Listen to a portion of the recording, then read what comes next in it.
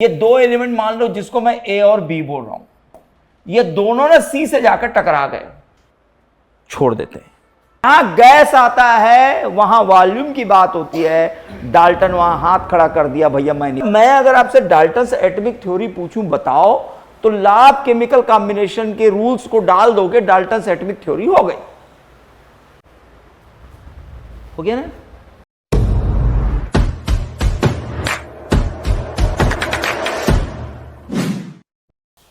Law of reciprocal,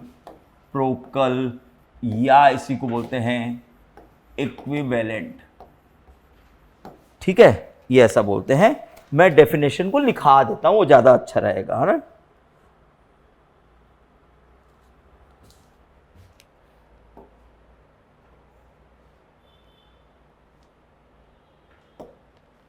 लिखो,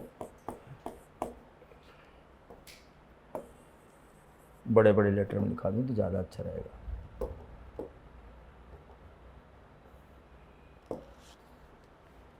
It states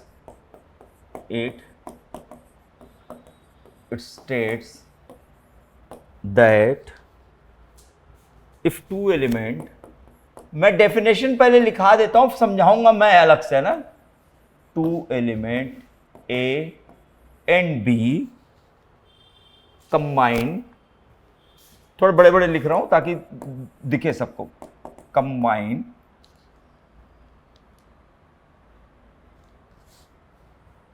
with a fixed mass of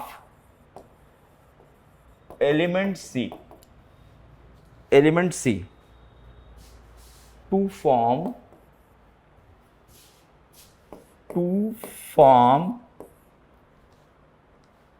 two compounds.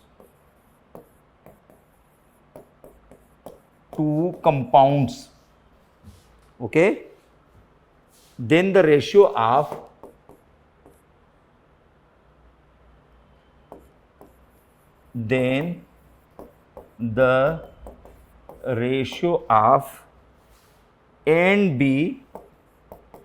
A and B in this compound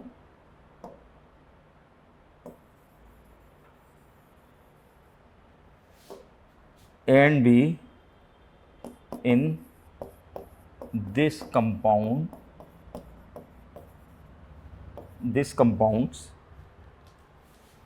is same or simple multiple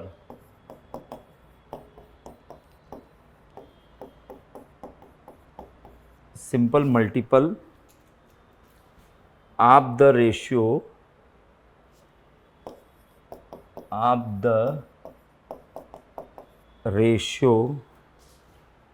when the combined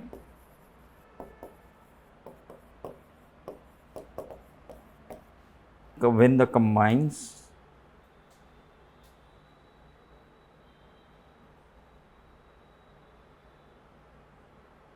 with each other.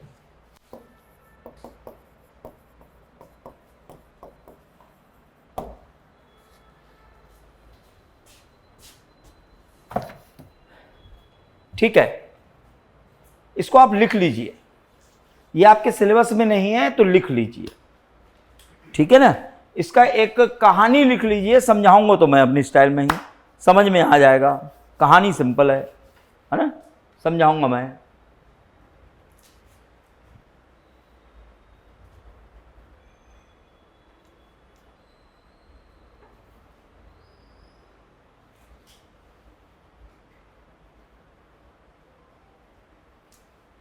ठीक है, क्या कह रहा है, एकदम simple बता रहा हूं। दो एलिमेंट है ए एंड बी, वो दोनों सी से जुड़ रहे हैं, लेकिन सी का मास ना फिक्स है, सी का मास फिक्स है और उससे वो जुड़ रहे हैं।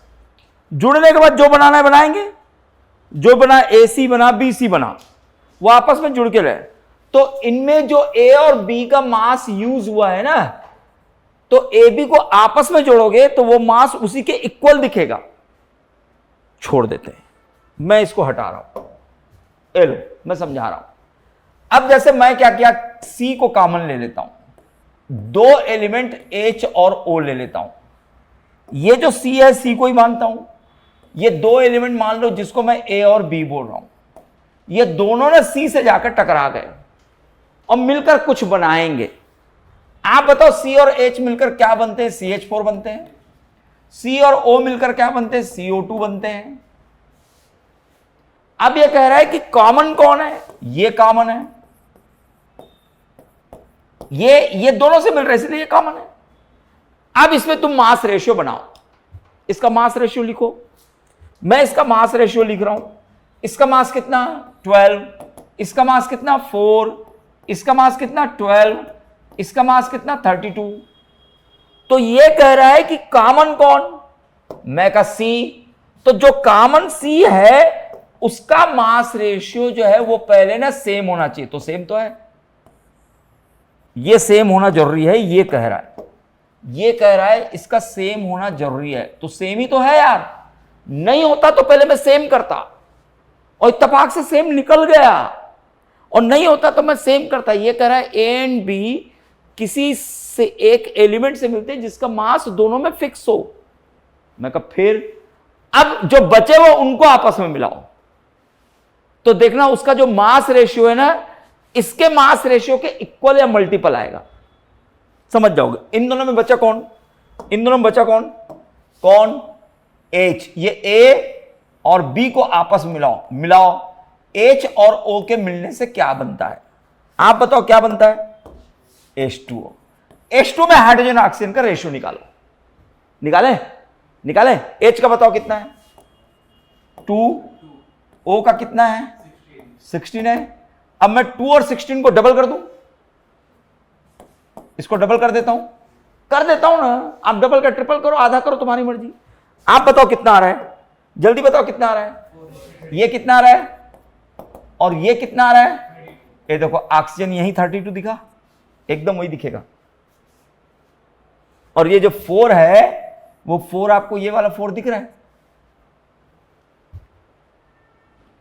फिर से कहानी को कह रहा हूं, वो क्या कहा डेफिनेशन में? ए और बी दो ऐसे एलिमेंट है, किसी कॉमन एलिमेंट से मिलेंगे, जिस कॉमन एलिमेंट से मिलेंगे उसका मास फिक्स कर देना, ठीक है। तो बचे हुए ए और बी को आपस में मिलाओगे ना तो इनका मास रेशियो या तो वही दिखेगा या तो इसका मल्टीपल दिखेगा। मल्टीपल तो दिख रहा है ना, 2 की जगह 4, 16 की जगह 32, मल्टीपल ही तो दिख रहा है।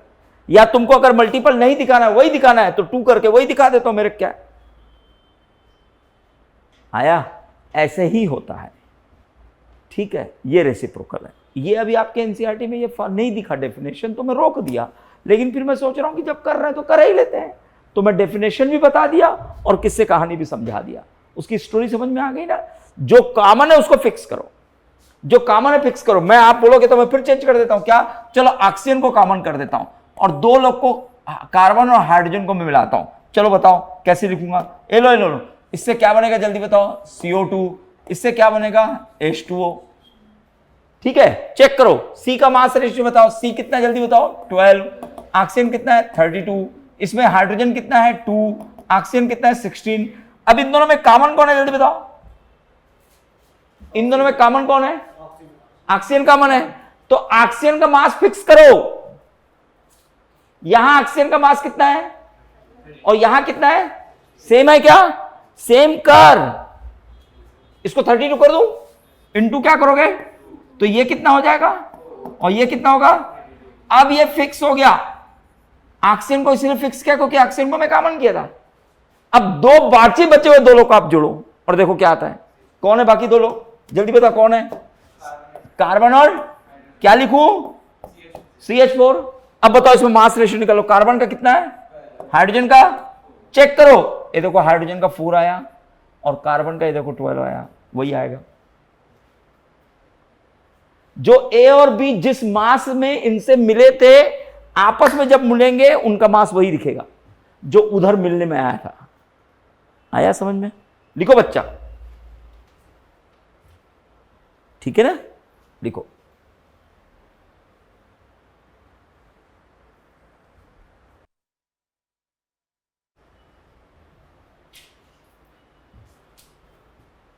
प्रखर, तनिष्का, रिद्धिमा, क्लियर हुआ?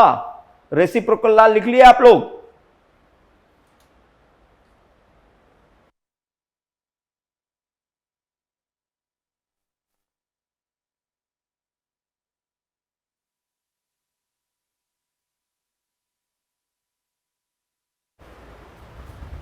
हो गया ना? हो गया? ये लॉ ऑफ रेसिप्रोकल लॉ दिखा नहीं है, इसलिए मैं इसको छोड़ दिया था। फिर अब डेफिनेशन को मैं चाहता हूं कि जो बुक की लैंग्वेज है ना उसको यूज करो। भाई लिखना है तो फिर उसी को लिखो ना यार, फिर हमारी लैंग्वेज, ठीक है ना? इसलिए अपन लिखा दिए। बढ़ रहा हूं मैं आगे। एक ना डाल्टन एटॉमिक लॉ में बता देता हूं आपको।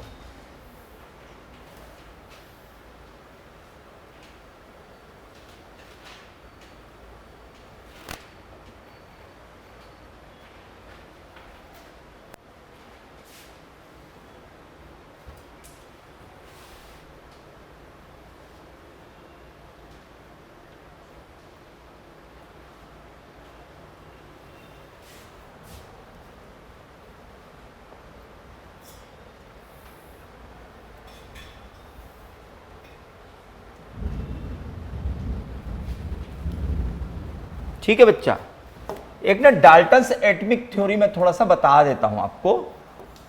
डाल्टन्स एटॉमिक थ्योरी क्या है एकदम क्लियर बताता हूं, समझ में आ जाएगा। डाल्टन ने इससे जो आपने ये जो 5 लॉ किए ना, जो आपने 5 लॉ पढ़े, तो इन 5 लॉ में आप कहीं वैलेंसी की बात किए क्या? नहीं किए। किसकी बात किए? मास की। इधर का मास इसके इक्वल। पूरी कहानी डाल्टन ने डायलॉग में कन्वर्ट कर दी और डाल्टन्स एटॉमिक थ्योरी बना दिया उसने।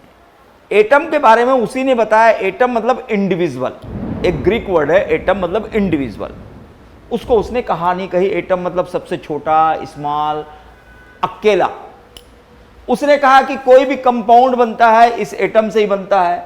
ठीक है, अब ये जो भी मैटर है, जो मैटर आपने बनाए हैं, जो भी मैटर्स बनते हैं वो मैटर्स इन एटम से ही बनते हैं। उसके छोटे छोटे हिस्से करोगे तो आपको एलिमेंट मिलेंगे, उसने ये कहा। फिर उसने कहा कि जो left hand side total mass है वो राइट हैंड साइड मास के इक्वल होता है। वो तो हम अभी भी देखे, जो लॉ ऑफ कंजर्वेशन ऑफ मास पढ़े।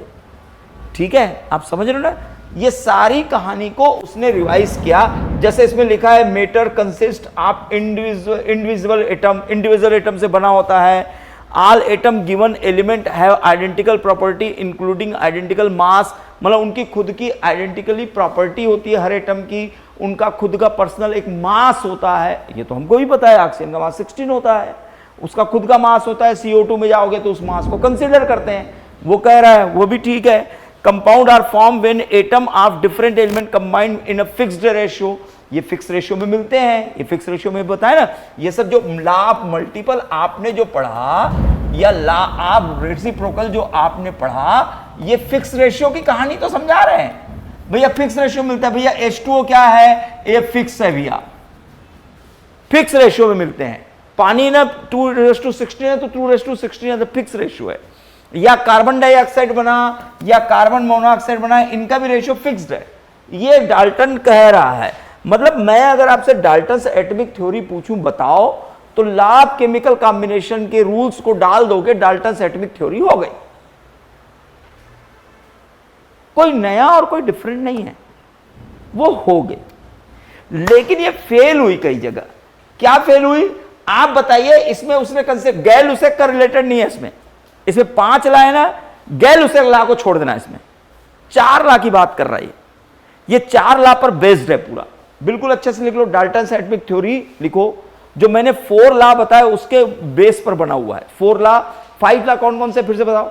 एक है लॉ ऑफ डेफिनिट प्रोपोर्शंस, एक of law of conservation of mass. पहला law of conservation of mass, दूसरा है डेफिनिट प्रोपोर्शन, तीसरा है मल्टीपल, चौथा है रेसिप्रोकल या इक्विवेलेंट, पांचवा गैल उसेक छोड़ देना। बाकी 4 लॉ की कहानी पूरे डाल्टन की है। और देखो ना, इसमें 4 ही पॉइंट दिया है। Chemical reaction involve recognitions of atom, this are neither created not destroy in a chemical reaction. तो लॉ ऑफ कंजर्वेशन मास की कहानी बता रहा है। ये जब मेरे पास 4 पॉइंट दिख रहे हैं, चौथे पॉइंट में ये दिखा रहा है कि law of conservation of mass की कहानी बता रहा है। Neither create not destroy but change one form to another form, ये तो लिखा डाल्टन ने। डाल्टन ने पूरी कहानी इन 4 लॉ पर बताई है। फेल कहां हुआ? उसने वॉल्यूम बताया ही नहीं, सिर्फ मास ही मास बता रहा है। और वॉल्यूम की बात किस पे किए थे अपन? गैलूसेक में। जब कौन आएगा तो वॉल्यूम की बात होती है। गैलूसेक में क्या कंसीडर करते हैं? गैस को। क्या बोले? गैलूसेक किस पर बेस्ड है? गैस पर। जहां गैस आता है वहां वॉल्यूम की बात होती है। डाल्टन वहां हाथ खड़ा कर दिया, भैया मैं नहीं बता पाऊंगा। वहां एक फेल हो गया। दूसरा कहां फेल हो गया? वैलेंसी के बारे में तो बताया ही नहीं, कैसे जुड़ेंगे तुम बताया ही नहीं। तो फेल होने के लिए जो मॉलिक्यूल कैसे बनते हैं वो नहीं बताया। तो मैंने यहां पर 3 चीजें यहां लिखा हूं मैं। पहला बताया कि भैया Dalton's explain only mass but failed in gaseous volume. उसने क्या एक्सप्लेन किया? केवल मास, लेकिन किस में फेल हुआ? गैसियस वॉल्यूम में। फिर एक जगह और फेल हुआ। वो फेल कहां हुआ? Formation of molecule. क्यों फेल हुआ? वैलेंसी का पता नहीं, तो फेल नहीं होगा। कैसे जुड़ेंगे, किस प्रकार से जुड़ते हैं, तो ऐसा होता है। और तो कैसे जुड़ेंगे वो तो तुम बताया ही नहीं, तो उस वैलेंसी में फेल हुआ। फिर उसके बाद और फेल हुआ binding force in solid liquid gas. जब तेरे को वैलेंसी का पता ही नहीं है तो सॉलिड आपस में इतने कस के जो पकड़ लेते उसका रीजन बता, नहीं पता। डाल्टन को पता ही नहीं कि सॉलिड क्यों ऐसे जुड़ते हैं, लिक्विड क्यों गैप में होते हैं, गैस के बीच में और क्यों दूरी आती है, क्योंकि ये बाइंडिंग फोर्स है। बाइंडिंग फोर्स में लैटिस एनर्जी जुड़ी जाती है, हाइड्रेशन एनर्जी आती है। ये सब की जानकारी डाल्टन ने नहीं दी। आया समझ में? डाल्टन एटॉमिक थ्योरी क्लियर हो गई। अगर डाल्टन एटॉमिक थ्योरी है तो 4 लॉ पर डाल्टन एटॉमिक थ्योरी फिट है। 4 लॉ को तुम लिख दोगे, वही डाल्टन एटॉमिक थ्योरी है। समझ रहे हो? और साथ में एक कहानी वो फिनिश। तो यहां तक स्टोरी आज की खत्म। यहां तक हमारी स्टोरी थी, हम आपको बताए। अब अगली क्लास हम फ्राइडे फिर लेंगे। फ्राइडे हम लेंगे, इसको लिख लिया क्या? ये आपको ना दिख जाएगा, दिख जाएगा। इसके बाद हमको पढ़ना है अब एटॉमिक मास। हम ना अगली कहानी पढ़ेंगे, इसको बिठा देता हूं बच्चा।